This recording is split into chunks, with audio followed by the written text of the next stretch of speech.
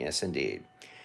Hi there, live from my kitchen. It's Saturday night. And yes, here we are again. Welcome back to my kitchen on this Saturday evening. Just like the other times I've been live this week, I'm not asking anybody to drop everything and come rushing over here. You can watch the replay if you'd like. If anybody feels like dropping by for a few minutes, well, I would be very, flattered and I guess grateful. But might as well get going because, well, yeah, obviously we are preparing supper here, a Saturday night supper, and a very easy one at that.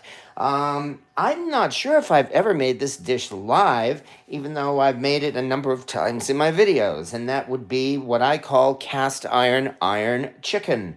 That's the reason why you're looking at a package of chicken thighs right now, of course. So I might as well start preparing because I already have two very large cast iron pans heated up in the oven to 500 degrees. So it's doing a pretty good job warming up my place. But more importantly, those pans are on that high, especially so that we can cook this chicken fast. My intention, in fact, is, as if you know anything at all about this recipe, is this chicken will be done in 20 minutes. No more, maybe, arguably less, but I always set it for 20 minutes and I always get terrific results, especially when I use chicken thighs like I'm doing right now. It's also so easy that really I would like to say that anybody can do this. If you have two decent-sized cast iron pans, that is. Let's start out simply. Actually, I don't even need to do that part yet because I need to start on this side.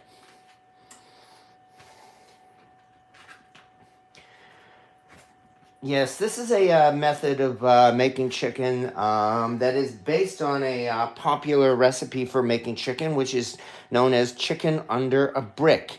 And for that, it does just simply mean heating up a really, really hot cast iron pan in the oven. You place your chicken on, and then you place a brick over it to press down the chicken. This helps to heat it faster. Well, in fact, it works even better if instead of a brick, you use another cast iron pan. And that's exactly what I'm doing here. Oh, that also means it's an excuse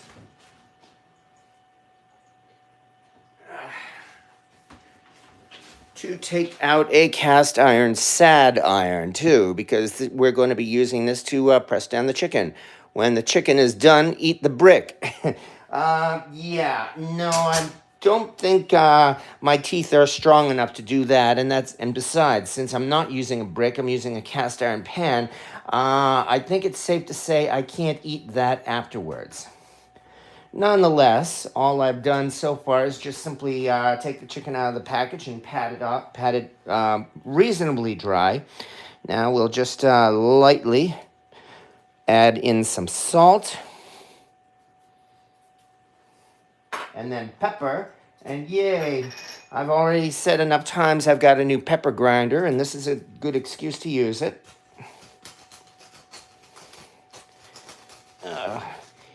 Seems a little bit stiff at first, but that's probably because it's brand new and I am still getting used to it. Nonetheless, it does a good job producing a lot of pepper very fast. Although this thing does have a little knob that lets me loosen it a little bit.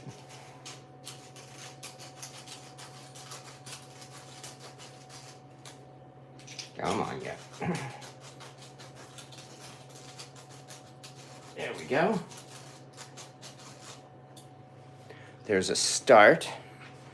I'll be doing this to the other side as well, so we'll be seeing more of this. After this, of course, we have to add on some garlic powder.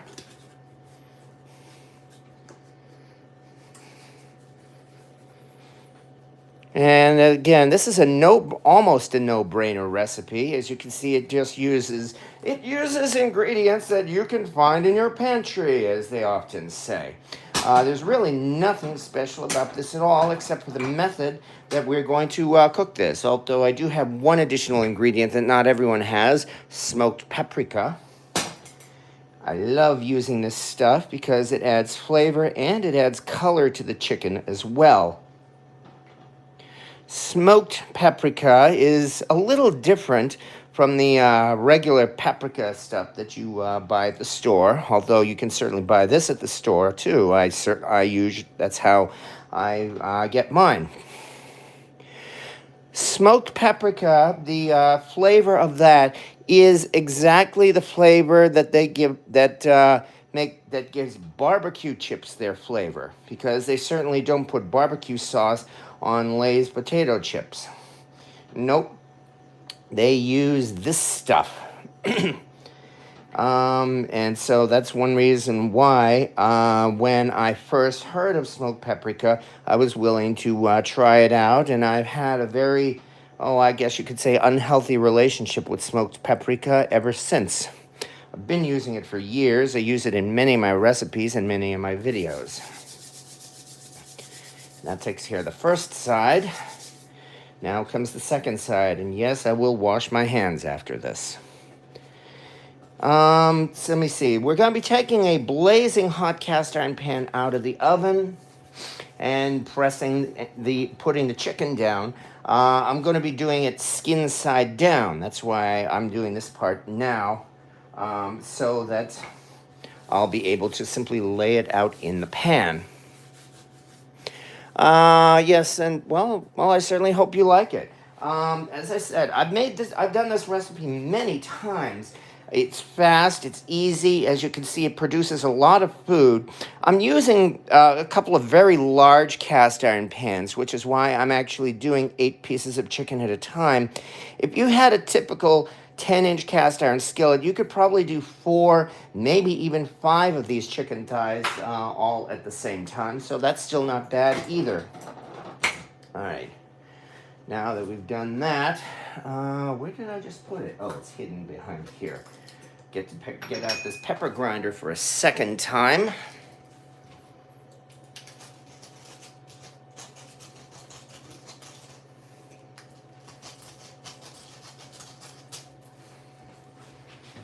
Yeah, I love playing with this new toy that I got for Christmas. And it does a pretty good job, too. It's grinding down whole peppercorns into very fine pepper.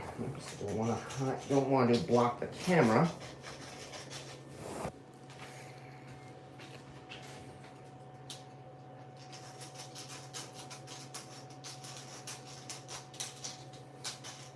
There we go.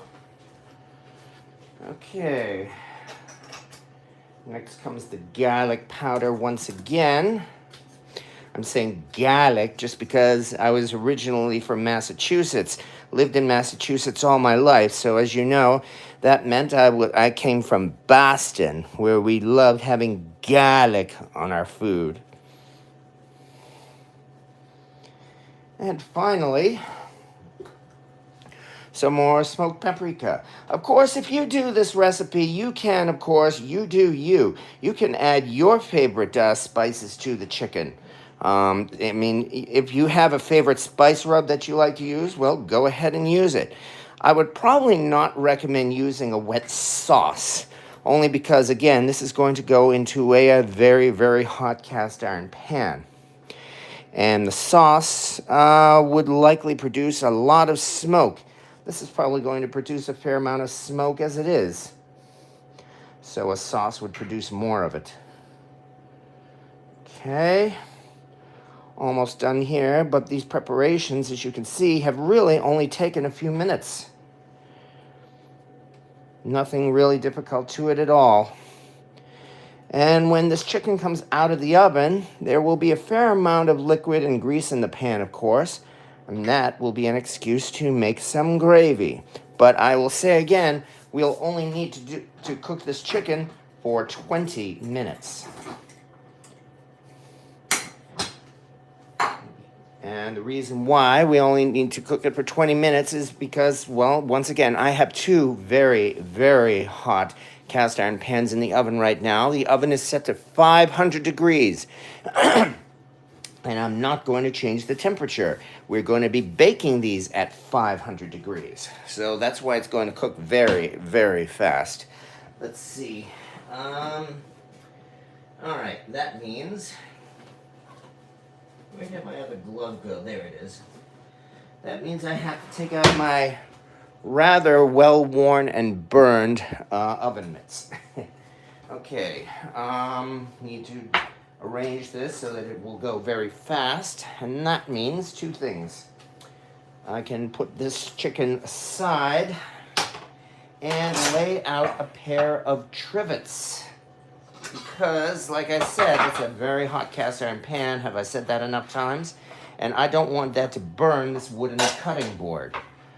So, that means we are now ready to get out the chicken. And it would also help if I don't burn myself. So here comes the cast iron. And you will see in a second what we are using.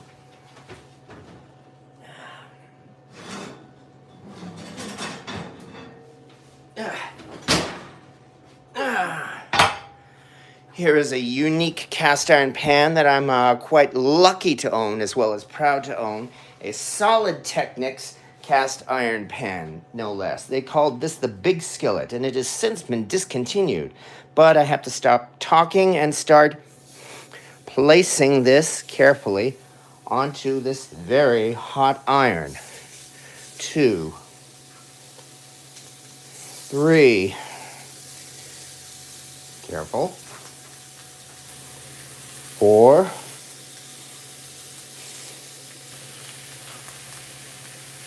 5, like I said, I'm placing this skin side down. 6, and I hope I can make all this fit. Better carefully use this and adjust this a little bit. Very carefully.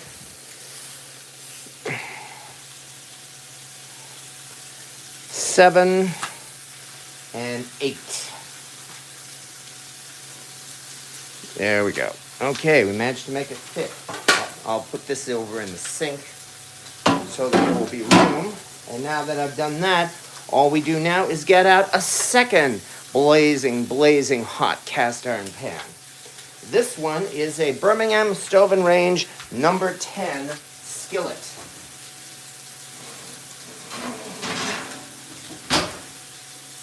Hot, hot, hot. Oh, man. There. And that's all we do. We place the surface, as you can see, on top of the kitchen, and we can take this iron, which fortunately is not hot, and press it down. And that's it for our preparations, which means it's time now to go over here to the oven. And once again, get these gloves out, because I'm going to have a set of very, very heavy cast iron pans right now. So let's do this quickly. Careful. Okay, got it. In we go. Made it.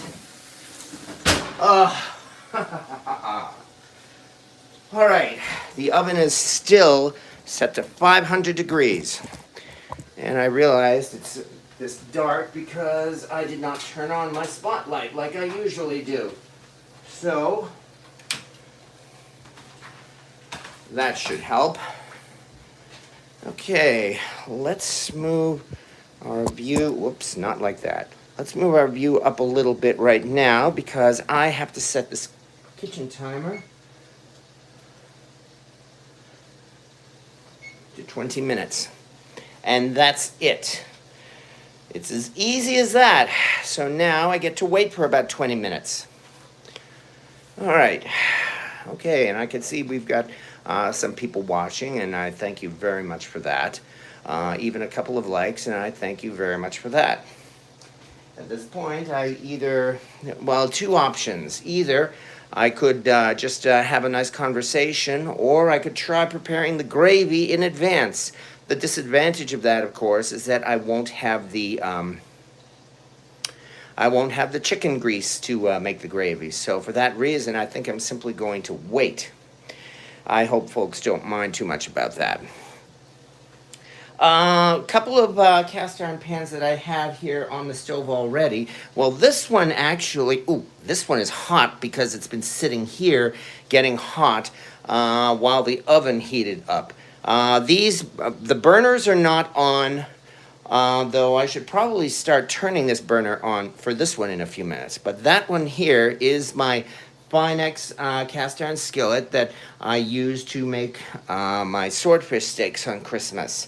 I used it again last night, and I cleaned it off, and so it's just simply been sitting here on the stove. But the residual heat from the stove has already made this a fairly hot pan. This one, on the other hand, is a little further away, and this is the one that we're going to be making our gravy with. Say hello to Lightning, who I have brought out several times here. Lightning is a Birmingham Stove and Range Red Mountain Series cast iron skillet. A very old Red Mountain Series cast iron skillet. You see these neat little sand shift marks, they call them. These are not cracks here in the pan, but this actually happened during the molding or manufacturing process. As you can see, this is definitely not cracked. It's only just little ripples in the surface. So this has worked just fine. And that's one of the reasons why I call this pan Lightning, because it certainly looks like it. The other reason is it seems to have a tendency to cook food like lightning. So this pan has most definitely earned the nickname of Lightning. Funny thing is that Lightning here is definitely a handwritten cast iron pan from Birmingham Stove and Range's early days. You could tell from the way this mark here, the 7P mold ID and size number mark, was put on the pan. So it is unquestionably an older series pan. However, BSNR collectors and historians and know-it-alls are always, and I mean always, arguing that it's the size of the ears that that you can tell whether or not this is a Red Mountain or a Century Series pan. So what do we have here to those folks from that particular crowd? As you can see, this is a handwritten Red Mountain Series cast iron skillet with very small ears, much smaller than the large ears that a lot of those pans were cast with. So this pan I use as evidence that no, the large ears do not automatically mean this was a Century Cookware Series pan. That is an argument that has been going on now for the past several years among the BSNR collectors crowd, and good grief, can't believe the amount of energy, the amount of effort, the amount of drama that has been expended in that particular argument. Hello as well to Gary Fish 5759, and hello to Rick Stumbow. I'm doing this from my phone again, so so I have to scroll back through the comments here. And I can see Rick has been kind enough to show up. And hello to Corey Clark. Was that chicken pan your Christmas gift this year? As a matter of fact, it was a Christmas gift 10 years ago. Holy cow, this is actually its 10th anniversary. It was for Christmas of 2015 that I actually was gifted that chicken pan as a Christmas present. And in fact, as I said, that also came from Jeff Rogers, the culinary fanatic. Believe me, it was completely unexpected. I did not expect to receive something like that from him at all.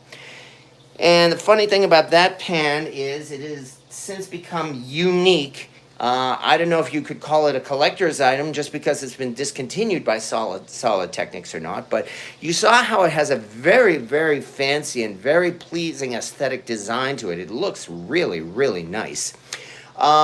This was during the days when Solid Technics had first come out, and they were producing cast iron pans. That huge pan they called the Big Skillet, because it is 30 centimeters in diameter. You know, it's not from the USA, so they use the metric system, which is a little bit larger than 12 inches in size. And what's more, not only is that pan that big, it was originally intended to be the cover to a Dutch oven. So we're talking like a 12-inch diameter or 30 centimeter diameter Dutch oven that Solid Technics never did get around to producing, as far as I know. They never made this huge Dutch oven. And I've really enjoyed that pan, not just because it looks nice, but because it works very well. It is, of course, a good cast iron pan. But only a couple of years late after that, I think it was around 2017, Solid Technics announced that they were discontinuing their cast iron production. And they did. They started producing carbon steel pans and these other kind of iron pans. They call it Ausion, A-U-S-I-O-N, which I think is like a forged iron process or something, but it's not cast iron. And they've been producing those kinds of pans now for, well, since 2017. That means they've been doing it for the last 8 years. But as I said, the cast iron was discontinued, and that meant I happened to be the owner of what is actually kind of a rare and unique cast iron pan. But like I said, I don't know if you can consider it a collector's item or not. And Glenn Sims 66, I bought a couple of older cast iron pans the other day, but I want to get a large, deep one that's very smooth inside. You're probably going to have to go the vintage market in that case. Or if you really want to spend lots and lots of money, you could go for one of the newer elite cast iron pans, such as the ones they're making from Field and Yeti, for instance. Both Field and Yeti, and I think Stargazer as well, they have all come out with 12-inch cast iron skillets. So that is certainly smooth and deep, and that is certainly what you're looking for. Of course, you could say the same thing if you happen to, if you were lucky enough to score a vintage, decent-sized cast iron Dutch oven. You know, I mean, a number 8 size Dutch oven is nice. It's about 10 inches in diameter. If you want something bigger, well, then you go for a bigger size, like a number 10 or a number 12 size Dutch oven. I have a number 12 size BSNR Dutch oven, and that thing is a real monster too. It has all the criteria that you are looking for. I mean, it is really deep, really big, and smooth. So yeah, I really enjoy that. But yes, like you said, Lightning, my old friend, exactly. This is, again, this is Lightning, and he is coming out to play again tonight. He is going to make some gravy once this chicken comes out of the oven in 12 minutes. I can only wonder if maybe I should actually post. Maybe I think I will. I should probably do a separate video, especially about the size of the size of Stumpy's ears here, especially so that I can post that to the BSNR crowd and probably start some drama. Yeah, no, I'm not. Oh, I never troll people. No, never at all. But it's actually pretty tempting. Although if I were to do that, since I'm filming this on my phone, I wouldn't be able to do that until this live video is done. This is not going to be an hour-and-a-half long live video.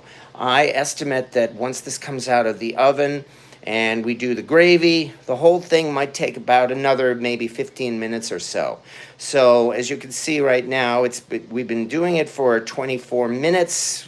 We have 11 minutes to go. All told, this video will probably be done in under 60 minutes, which is not bad, I think. It's also not a bad time to make supper either, considering that, as I said, we are doing a chicken dinner tonight, chicken thighs. I especially like making dark meat with this method, especially because, well, it's not going to dry out.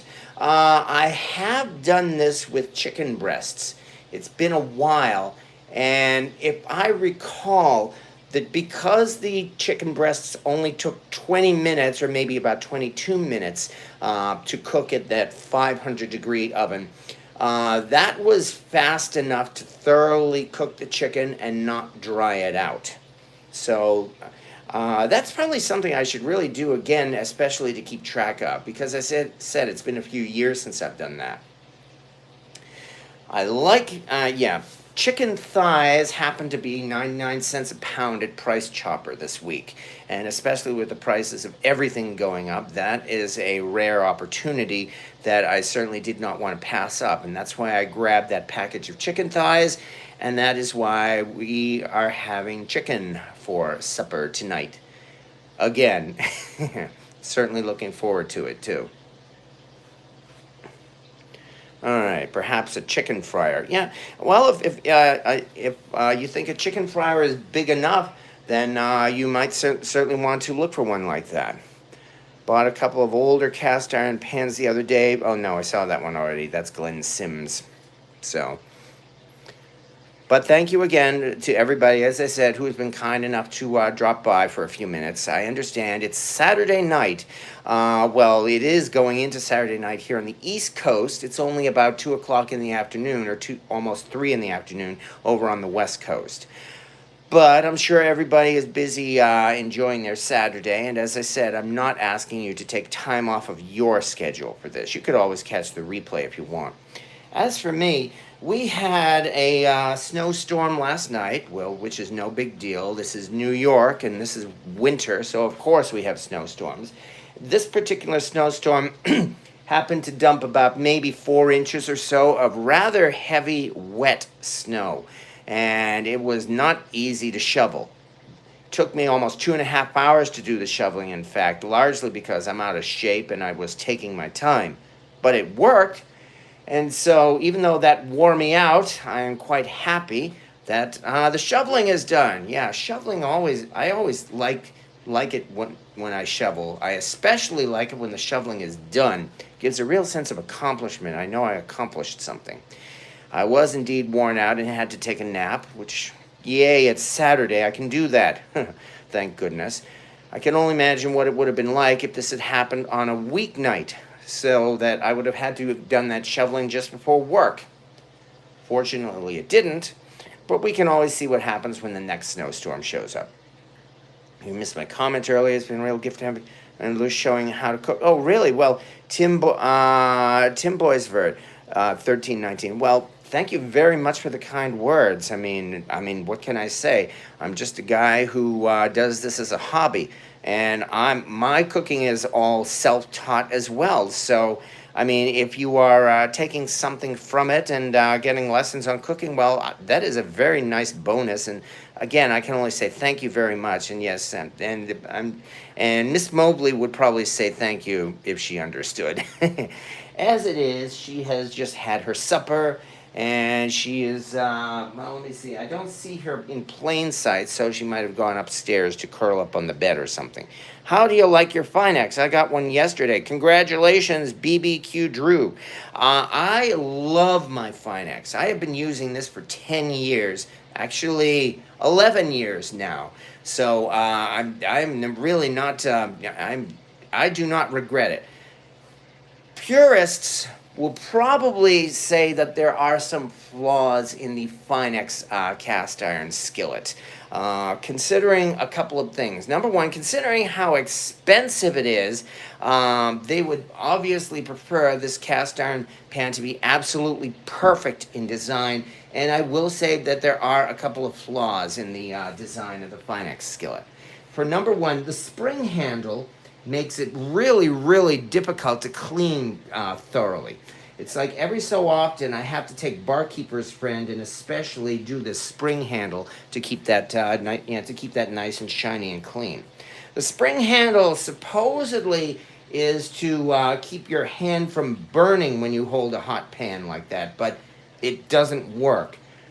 A couple of reasons. Besides the spring handle, it has this brass cap here at the back.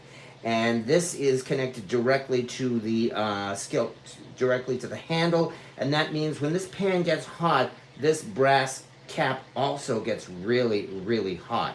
So even though it takes a little time for the center, for the coil spring to heat up, it still means you do have to use an oven mitt or a glove or a handle cover on a regular basis, just like every other cast iron pan. So some folks say, but considering how much it costs, you shouldn't have to put up with that. Well, number one, I received it for free. I received it as a Christmas present, so I'm certainly not complaining about that. The other thing that some people don't like, that I love, is the fact that this thing is extremely heavy. This Finex skillet, especially for its size, is one of my heaviest cast iron pans. If you like cooking in light, thin cast iron, this is not the first choice, that's for sure. However, if you like cooking in heavy, solid cast iron, then the Finex is an excellent choice. And the Finex is definitely my go-to pan if I want to sear a steak, for instance. It's so thick that when it gets hot, it stays hot. And that I really, really enjoy. So for that reason, that's one of the main reasons why I enjoy this cast iron pan.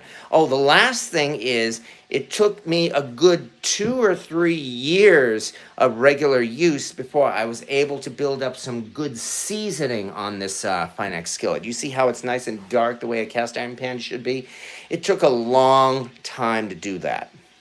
And there have been folks who have complained about that as well. So those are, I guess you could say, the drawbacks of a cast iron pan. If you can live with that, and I certainly lived with it without any real difficulty, then you are going to love that Finex skillet. The best I could say is put it through a lot of use, and you love that pan, it will love you back. You will enjoy it, and eventually you will have yourself a nice, well-seasoned Finex cast iron skillet. Yeah, scary fish. Yeah, I know. It does take some time. It does take a little effort to lift, that's for sure. 3 minutes to go already. Thanks for the warning on the handle. Yeah, exactly. The handle design, like I said, like it or not, you are still going to have to use a glove or the like if you want to pick this up, because this handle will still get hot. So be it, Jedi. Okay. Let me see if I missed anything else. What cast iron is cooking? We are making chicken tonight. We are making my, not exactly patented recipe, but my recipe for cast iron chicken. Basically, pressed chicken. Most people use a brick. You know, you make chicken under a brick. Me, I press my chicken down between 2 blazing hot 500-degree cast iron pans. And in 2 minutes, this is going to come out of the oven. Which means, of course, what I do is a little dangerous, because I am about to go into the oven and take out not 1, but 2 very heavy pans, weighted down by a sad iron, and also holding, we're down to 1 minute, about 5 pounds of chicken. So the whole thing here probably weighs anywhere from, I don't know, maybe 15 to 20 pounds. All right, let's adjust this, because we're at the 1 minute countdown. That also means you're not going to see me actually take this out of the oven, which I suppose is not a bad thing, because if I give myself a 3rd-degree burn from this, I really don't think I want this to show on video. It's the type of thing that would stay on the internet forever. However, I've done this quite a few times, and so that's why I'm really not worried about it. And we are down to 10 seconds. So that means we get to see the results. All right, here we go. And here we go. Turn off the kitchen timer, turn off the heat. Open the oven. Oh, yeah. And careful.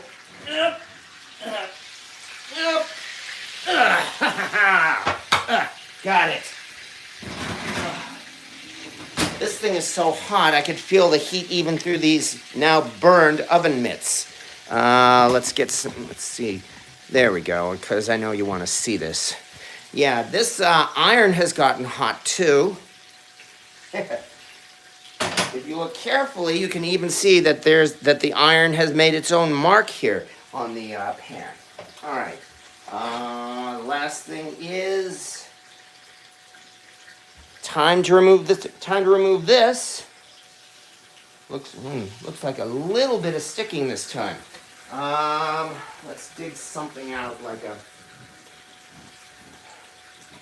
spatula here. Oh, actually, yep, just a wee bit of sticking. There we are. Ugh, hot, hot, hot. Holy cow, is this ever hot.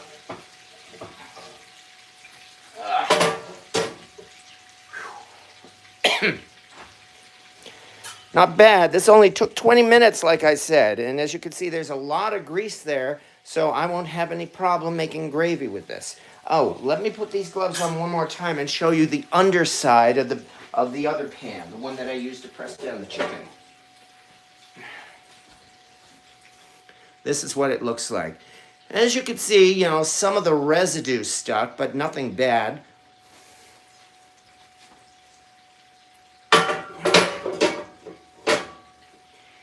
And this only took 20 minutes.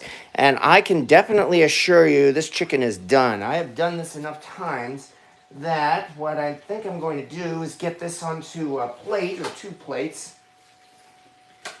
And we will hit this with a thermometer just to show you that I am confident this chicken is done. All right.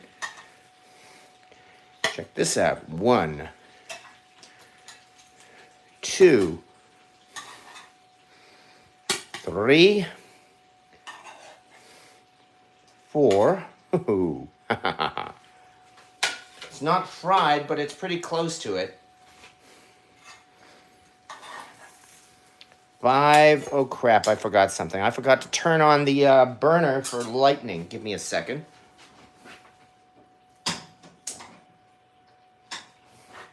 The burner is on.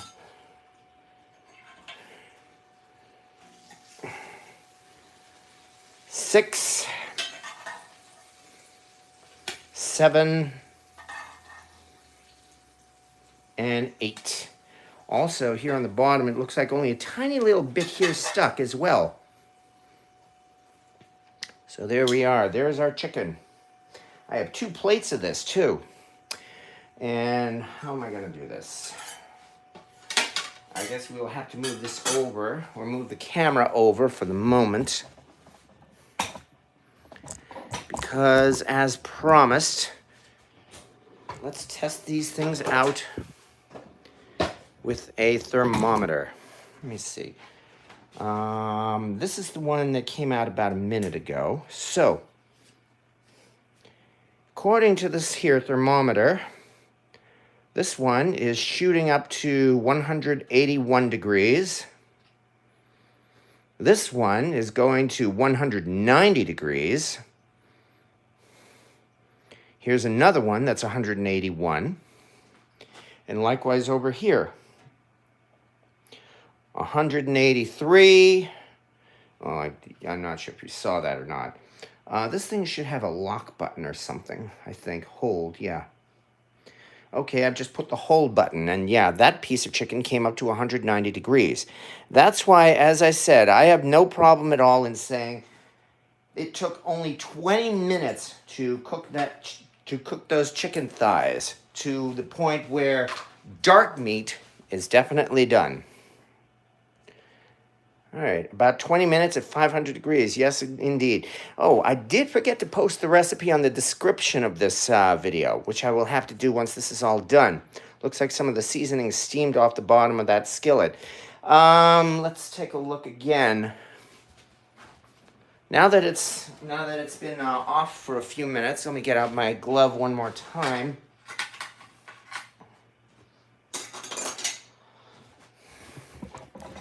Let's take another look at the bottom of that skillet.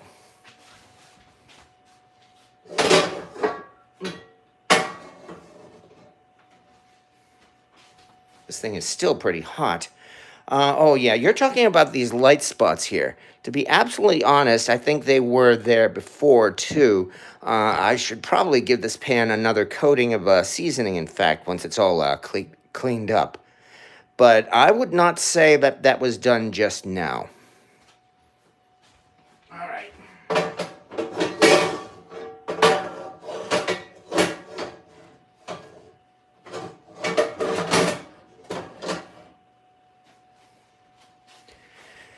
Okay, having done that, I'm debating, should I use the lightning and make gravy, or should I just simply put this on the burner and scrape this up and make gravy with it? I mean, there's a lot of grease here, admittedly, but that might be better because that way, I can actually scrape off the residue from the bottom of the pan. So I think it's going to be a bit of a change of plans here.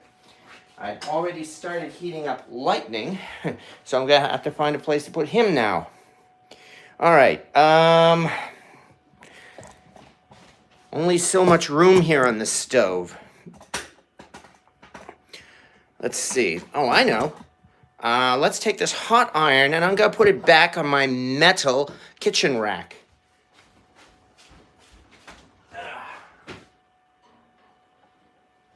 So that there shouldn't be a problem there.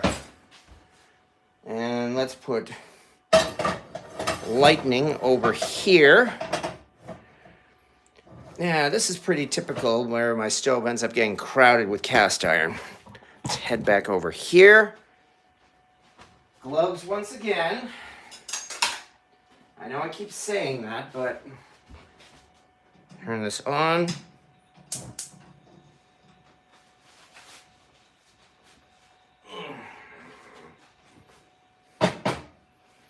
All right. Okay, this thing is definitely hot enough. There's no question about that. So, let's dig out a whisk, shall we? Although, just to be sure, let's hit this with a thermogun. Yeah, this thing is currently, it says here, about 200 degrees, so it actually looks like the surface cooled off pretty good. On the other hand, it does look like it's already starting to bubble here, so we're not doing too badly. That means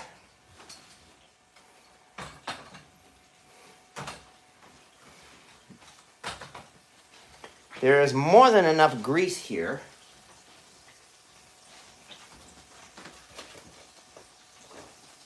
so that means we can go and do some flour.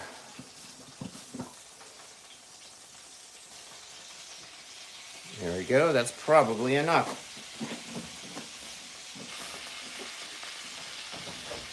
Nice basic gravy here. And in fact, if we have to add more gravy, I could always throw in some Worcestershire sauce or something. On the other hand, let's move this around to this way so that I can hold this handle here.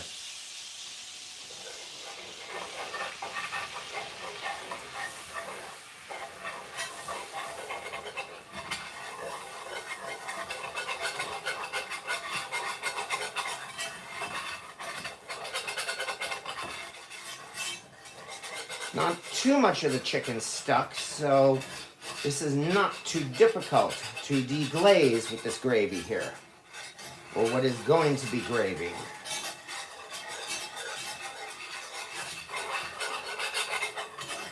First, you gotta make a roux.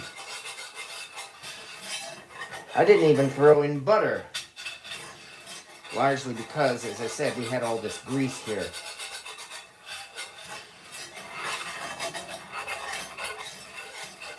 There we go. Mix the edges in.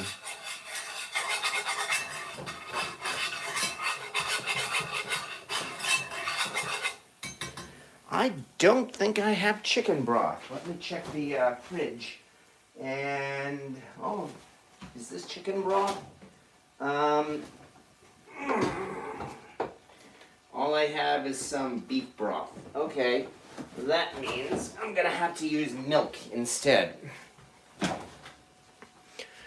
see about comments here. Love gas stoves and cast iron pans. Yeah, don't dirty yet another pan. Glaze and make the gravy. Well, I did take your advice for it, Mark Sieber. Thank you very much. Because it looks like, as I said, I didn't even have to throw in butter. At this point, let's just simply throw in, oops, drop the glove. Let's just throw in some milk.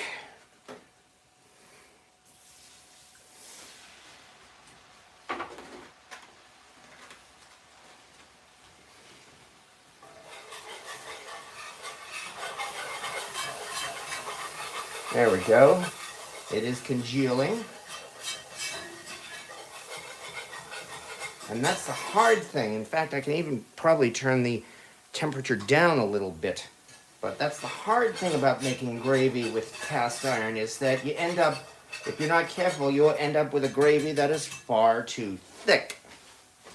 So, more milk.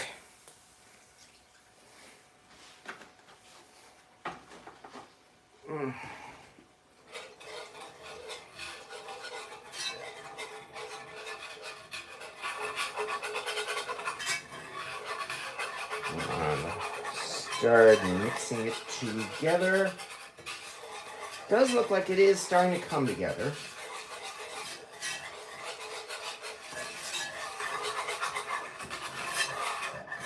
Oh boy, doesn't this look lovely? This is the part about making gravy where people look at it and say, yes. And the solution to that? More milk.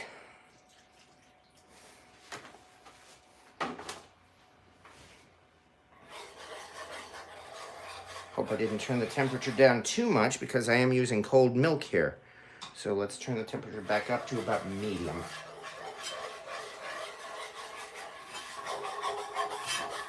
There we go, it's steaming, so that's good. And actually it is starting to look like gravy. Probably another splash or two of milk and I think we will be good. Looks like chicken gravy. Yay! I would hope it looks like chicken gravy, considering that it is going to be poured over chicken. But here we go. As I said, if you're not careful, you will end up with gravy that is far, far too thick. I actually like thick gravy. Some people like their gravy so thin, you can drink it. I'm not one of those folks. So we will compromise and go for something somewhere in between. This isn't looking too bad right now.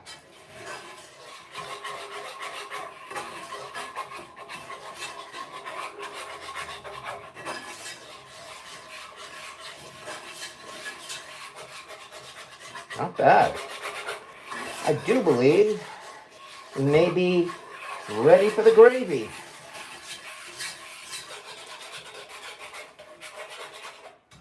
Which means, of course, comes the taste test.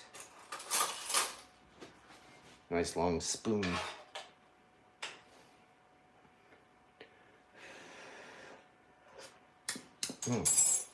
Definitely needs a little bit more salt.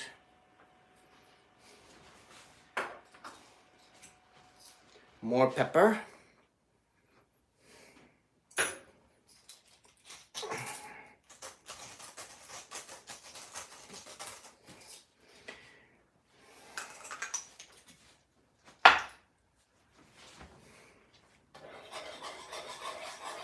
Yeah, that's what I mean. It's starting to thicken already. Maybe not. Like I said, I like thick gravy. This does not look too bad. Just want to be sure that salt and pepper are mixed in.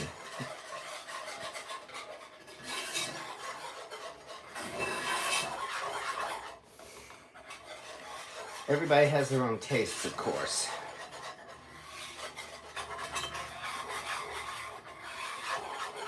Because this is YouTube. There are going to be comments, no matter what, saying that gravy looked like you did something X-rated. Yeah, maybe a little bit more milk. However,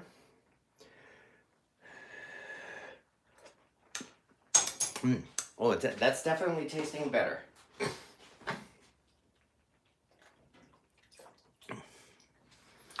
And while I'm at it, we'll throw in a couple of dashes of Worcestershire sauce, not too much.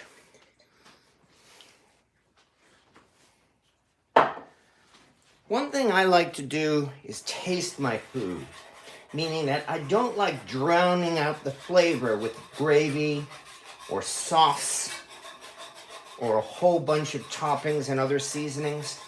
I want to taste the meat, which is seasoned. But there we go. This definitely looks like gravy. Tastes like gravy too. All right, that means I can turn off the heat now. And put back the milk.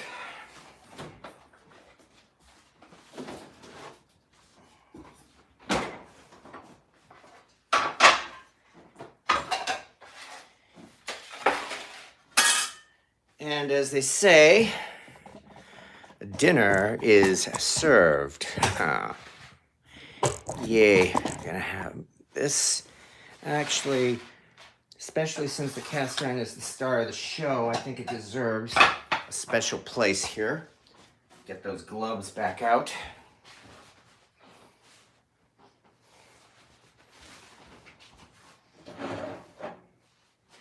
As I said, this is a very attractive looking cast iron pan. It could easily make a centerpiece in a table. And finally, serving spoon. Nice and fancy. And voila. Smothered in gravy. Gravy's not too strong. And this is definitely keeping everything hot. Boy, is this thing steaming. But there we go. Like I said, dinner is served. All right, there we are. It's been 52 minutes. Uber Eats, yes. I've got plenty here too, Corey Clark. If you were in the area, I'd certainly invite you over. Kitchen bouquet for gravy. That's all good. Once again, this pan is a Solid Technics made in Australia cast iron pan. It was made in 2015 and has been discontinued by Solid Technics. They no longer make this pan, unfortunately. So I know that collectors and antique sellers consider anything that's discontinued to be a collector's item. I don't know about that, but I will say at least it is rare and unique. I was extremely lucky to have received this as a Christmas present in 2015, 10 years ago. And because of that, I am the owner of a unique cast iron pan. Solid Technics makes a great pan from what I see. Such a shame they discontinued. Yeah, well, you could always start posting on the Solid Technics group and bugging them when you're going to bring back the big skillet, because that's exactly what it's called, the big skillet. But at this point, I want to eat. And besides, as I said already, this is Saturday night and I do not want to interrupt anybody's schedule, but I can only thank everybody who has been kind enough to show up this evening, even for a few minutes or so. Just to say hi, because cooking on these live videos is so much better with you folks dropping by to comment. So thank you. Did you burn your arm? Oh, this. Where did it go? Where did it go? I can't even feel it anymore.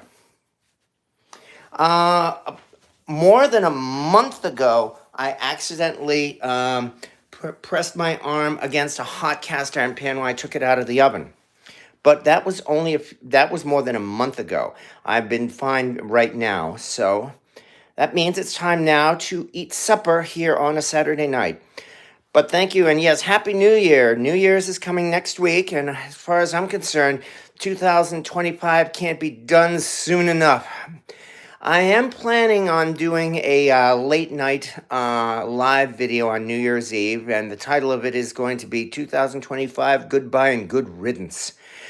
But until then, well, as I said, thank you everybody for dropping by. Thank you to Corey Clark and William Hurt, Gary Fish, R.T. Scott, D. Beaumont resident, and everybody else who has been kind enough to drop by. Thank you very much, and we will see you again. So, have a good evening.